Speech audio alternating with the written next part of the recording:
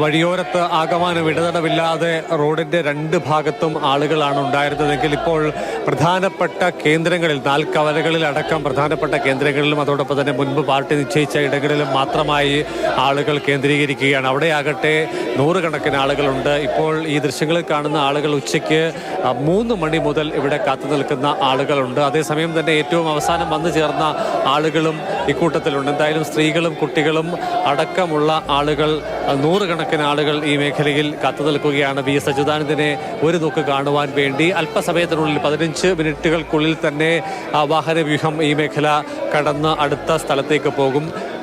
സെക്രട്ടേറിയറ്റിൽ നിന്നും ഈ വാഹന വിലാപയാത്ര ആരംഭിച്ചിട്ട് ഏറെക്കുറെ 10 മണിക്കൂർ 9.5 മണിക്കൂർ സമയം പിന്നിടുകയാണ്. ഇവിടേക്ക് എത്തുമ്പോൾ അത് 48 കിലോമീറ്റർ ദൂരമാണ് ആകെ സഞ്ചരിച്ചിട്ടുള്ളത്. ഇനി സഞ്ചരിക്കാനുള്ള കിലോമീറ്റർ എന്നുള്ളത് 101 കിലോമീറ്റർ സഞ്ചരിച്ചെങ്കിൽ മാത്രമേ വി എസ് അച്യുതാനന്ദൻ്റെ ആലപ്പുഴ പുന്നപ്പറയിലെ വേലിക്കകത്ത് വീട്ടിലേക്ക് ഇത് എത്തിച്ചേരുകയുള്ളൂ. ഒരുപക്ഷെ ഈ രാത്രി പൂർണ്ണമായും തന്നെ ആ യാത്രയ്ക്ക് വേണ്ടി വരും എന്ന് തന്നെയാണ് കണക്കാക്കപ്പെടുന്നത്. ഒരുപക്ഷെ നാളെ പുലർച്ചെ 6 മണിയോ 7 മണിയോ ആയെന്നും വന്നേക്കാം. എന്തായാലും പ്രതീക്ഷിച്ചതിലും ഏറെ വൈകി തന്നെയാണ് വിലാപയാത്ര കടന്നു പോകുന്നത്. എന്നാൽ അതിന് ആദ്യഘട്ടത്തിൽ ഉണ്ടായിരുന്ന ആ വേഗക്കുറവിന് മാറ്റം വന്നിരിക്കുന്നു. അല്പം കൂടി വേഗം കൈവരിക്കാൻ സാധിച്ചിട്ടുണ്ട്. അതിൻ്റെ പ്രധാനപ്പെട്ട കാരണം എന്നുള്ളത് ദേശീയപാതയിലേക്ക് ഇത് പ്രധാനപ്പെട്ട ഭാഗത്തേക്ക് കടന്നു എന്നുള്ളത് തന്നെയാണ്. അപ്പോൾ പലയിടങ്ങളിലും വീടുകളോ അതല്ലെങ്കിൽ പെട്ടെന്ന് എത്തിച്ചേരാനുള്ള ആക്സസോ ഇല്ലാത്ത മേഖലകളുണ്ട്. അതിനാൽ തന്നെ പ്രധാനപ്പെട്ട ഇടങ്ങളിലേക്ക് ആളുകൾ കൂടുതലായി കേന്ദ്രീകരിച്ചു വരുന്നു. 12 മണി സമയം പിന്നിട്ടിരിക്കുകയാണ്. ഇനിയുള്ള മേഖലകൾ, അതായത് കല്ലമ്പലം നമ്മൾ കടന്നുപോയിരിക്കുന്നു, നവായിക്കുളം കടന്നുപോയിരിക്കുന്നു. ഇനി കൊല്ലം ജില്ലാ മേഖലയിലേക്ക് കടന്നു പോകുമ്പോൾ അവിടെയും പലയിടങ്ങളിലും വലിയ തോതിൽ ആളുകൾ പ്രധാനപ്പെട്ട കേന്ദ്രങ്ങളിൽ കേന്ദ്രീകരിച്ച് നിൽക്കുന്നുണ്ട്. അവരൊന്നും തന്നെ പിരിഞ്ഞു പോകുന്നില്ല. കൂടുതൽ ആളുകൾ വന്ന് ചേർന്നുകൊണ്ടേ ഇരിക്കുകയാണ്. ഇടുക്കി ജില്ലയിൽ നിന്നടക്കം വന്നിട്ടുള്ള ആളുകൾ ഉണ്ടെന്നാണ് മനസ്സിലാക്കുന്നത്.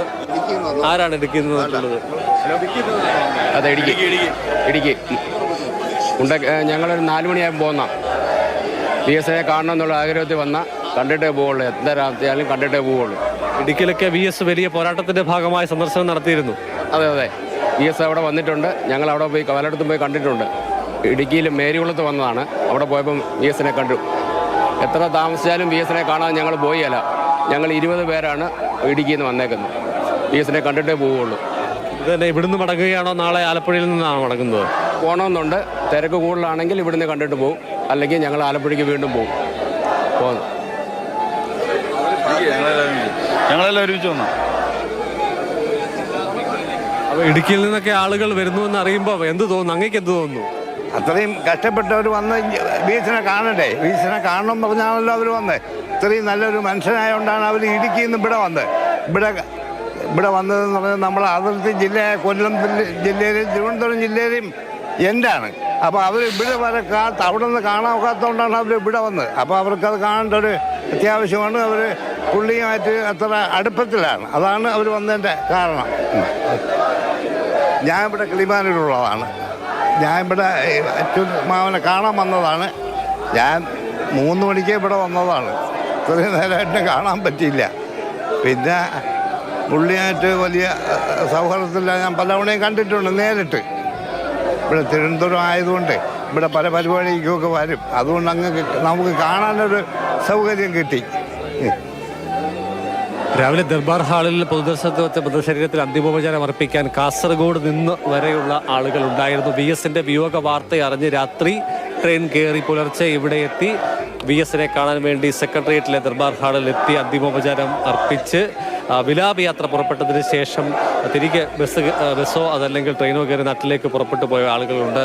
നാളെ അദ്ദേഹത്തിൻ്റെ ജന്മഗൃഹത്തിൽ അവിടെ എത്തിയും അതോടൊപ്പം തന്നെ പാർട്ടി കേന്ദ്രത്തിലും എത്തി അന്തിമോപചാരം അർപ്പിക്കുന്നതിനായി നിരവധി ആളുകൾ ഇപ്പോൾ യാത്രയിലുമാണ്. അങ്ങനെ ദേശത്തിൻ്റെ നാനാഭാഗത്തു നിന്ന് ആളുകൾ ഊർജ്ജമൊട്ടും ചോരാതെ സമരനായകനെ അന്തിമ അഭിവാദ്യം അർപ്പിക്കാൻ വേണ്ടി കാത്തു നിൽക്കുന്ന കാഴ്ച ഈ നഗര വീഥികളിൽ ഒക്കെ തന്നെയുണ്ട്.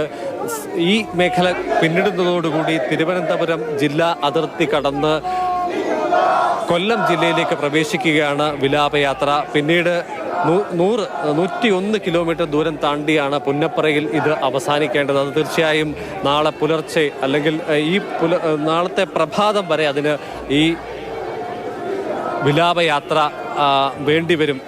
നാളത്തെ പ്രഭാതം വരെയെങ്കിലും വേണ്ടിവരും ഈ ദൂരം കൂടി, അവശേഷിക്കുന്ന ദൂരം കൂടി താണ്ടിപ്പോകാൻ. എന്തായാലും നമുക്ക് എവിടെയും കണ്ടതുപോലെ കഴിഞ്ഞ മണിക്കൂറുകളിൽ കണ്ടതിന് സമാനമായി തന്നെയുള്ള കാഴ്ചകളാണ് ഇപ്പോൾ ഈ ഭാഗത്തും കാണാൻ സാധിക്കുന്നത്. പ്രായഭേദമില്ലാതെ, ലിംഗഭേദമില്ലാതെ ദേശത്തിൻ്റെ അതിരുകൾ കടന്ന് ഇടുക്കിയിൽ നിന്നും പത്തനംതിട്ടയുടെ വിവിധ മേഖലകളിൽ നിന്നടക്കമുള്ള ആളുകൾ ഇവിടേക്ക് എത്തിച്ചേർന്ന് വി എസ് അച്യുതാനന്ദനെ കാണാൻ വേണ്ടിയുള്ള കാത്തിരിപ്പാണ്. അതിന് മണിക്കൂറുകൾ നീണ്ട ശ്രമം ഉണ്ടായിട്ടുണ്ട്, കാത്തിരിപ്പുകൾ ഉണ്ടായിട്ടുണ്ട്. അവർക്കതൊന്നും നഷ്ടപ്പെട്ട മണിക്കൂറുകളൊന്നും ഒരു നഷ്ടം അല്ല എന്ന് കരുതുന്നു. കാരണം തങ്ങളുടെ പ്രിയ നേതാവിനെ അവസാനമായി കാണാൻ വേണ്ടിയുള്ള സമയം 12:20 അതായത് ഇപ്പോൾ തിരുവനന്തപുരത്ത് നിന്ന് യാത്ര തുടങ്ങിയത്, ദർബാർ ഹാളിൽ നിന്ന് വിലാപയാത്രയായി പുറത്തേക്ക് ഇറങ്ങിയത് 2 മണിക്കാണ്. 2:20 തിരുവനന്തപുരത്ത് നിന്ന് യാത്ര ആരംഭിച്ചു. ഇപ്പോൾ സമയം 12:20 ആകാൻ പോവുകയാണ്.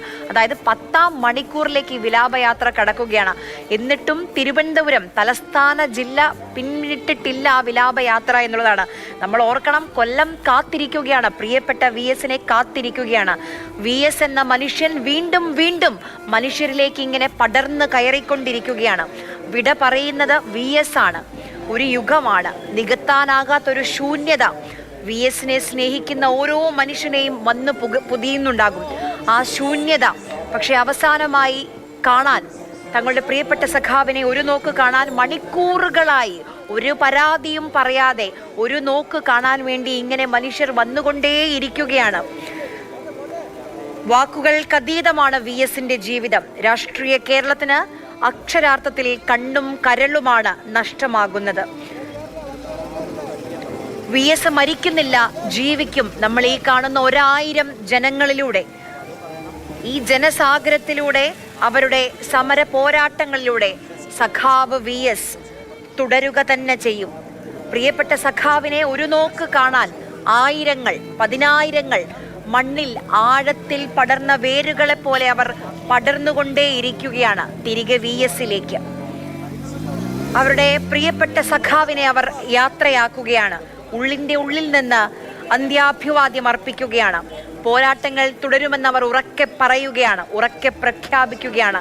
ഇതിൽ ഉള്ളവനും ഇല്ലാത്തവനുമുണ്ട്, പ്രായമായവരും യുവാക്കളുമുണ്ട്, വിദ്യാർത്ഥികളുണ്ട്, തൊഴിലാളികളുണ്ട്. തൊണ്ടയിടറി വിളിക്കുകയാണ് ഈ ആരവം സഖാവ് വി എസ് കേൾക്കണമെന്നൊരാഗ്രഹം മാത്രമേ ഇന്ന് അവരുടെ മനസ്സിലുള്ളൂ. നോക്കൂ, ഇനിയും താണ്ടാനുണ്ട് 103 കിലോമീറ്റർ, 100-ലധികം കിലോമീറ്റർ. 10 മണിക്കൂർ യാത്ര പിന്നിട്ടിരിക്കുകയാണ്. പിന്നിടാനായത് 42 കിലോമീറ്റർ മാത്രമാണ്. ഇപ്പോഴും അനന്തപുരിയുടെ അതിർത്തി കടക്കാൻ ആ വിലാപയാത്രയ്ക്കായിട്ടില്ല.